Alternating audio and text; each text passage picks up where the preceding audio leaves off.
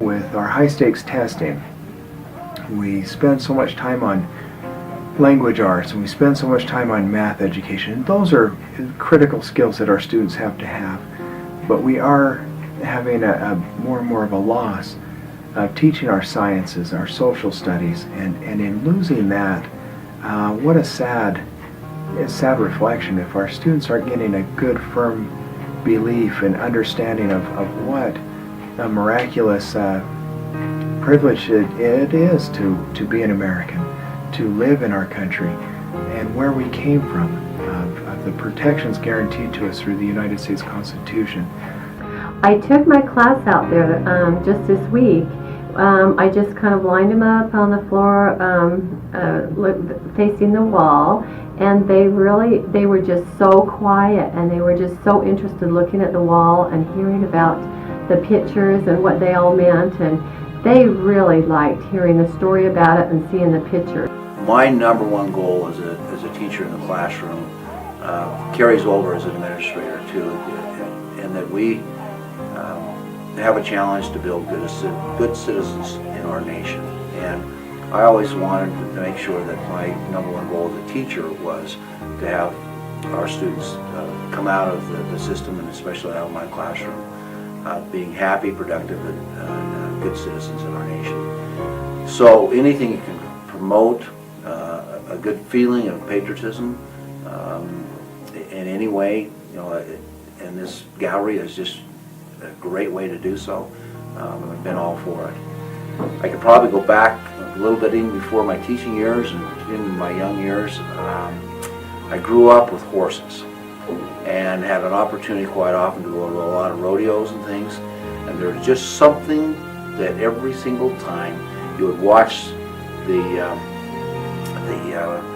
American flag come in with the end of the arena with the horses, and then most of the time they would have some great patriotic music that would accompany the parade of the flags coming in, and then the national anthem. As a youngster, I just right there had a great feeling of patriotism, that the chills would go up and down your spine and things, and it carries over to today. And I get that same feeling when I look at these pictures and read the stories. And so it went along with that feeling that I loved and enjoyed as a classroom teacher. So it's a great opportunity to share that.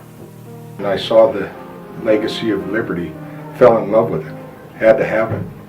And I told you I was going to get it and figured out a way. And it's absolutely gorgeous.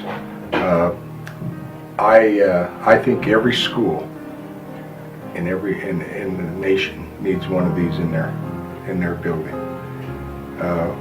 This is the most important thing that we can remember about our history, is where we started.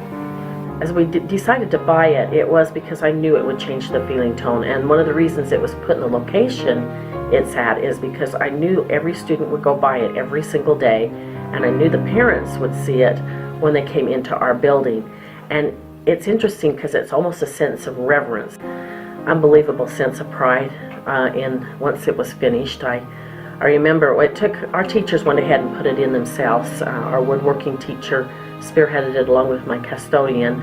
So the day it was finally finished, it was a sense of accomplishment, and I don't know, it really set my feeling of pride in my country, in my personal belief of patriotism, in the history of our forefathers. It just was something that really moved me to tears. It was such an emotional feeling to know that it was there and that we owned it, and that it was something that I knew our students and our faculty and our families would appreciate for years to come.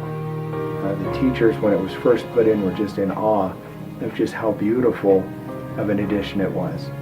When I saw this one,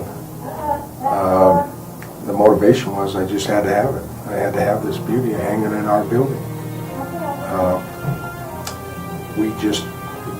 We're going to lose out if we don't keep this alive in our society.